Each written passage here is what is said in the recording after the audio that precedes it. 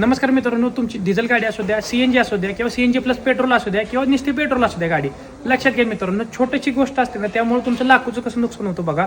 या ठिकाणी मी तुम्हाला व्हिडिओमध्ये दाखवतोय. या ठिकाणी इनोवा आहे, ही डिझेल गाडी आहे. लक्षात घ्या, ह्या कस्टमरचा काय प्रॉब्लेम झाला त्यामुळे एवढा मोठा खर्च निघाला.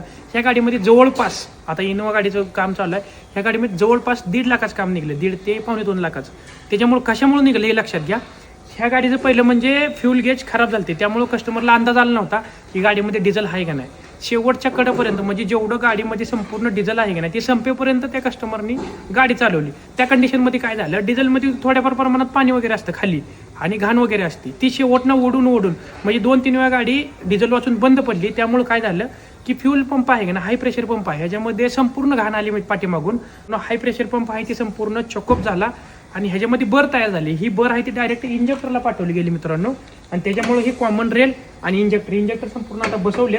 इंजेक्टरचा प्रॉब्लेम आला, इंजेक्टर संपूर्ण असे चोकअप वगैरे झाले. ते गाडी काय होत होती, अशी रेस केल्यानंतर चालायची आणि नॉर्मल स्पीड घेतलं की बंद पडायची. लक्षात राहून तुमची डिझेल असू द्या किंवा पेट्रोल असू द्या गाडी, तुमच्या गाडीमध्ये कमीत कमी 10 लिटर पेट्रोल असणं तर गरजेचंच आहे मित्रांनो.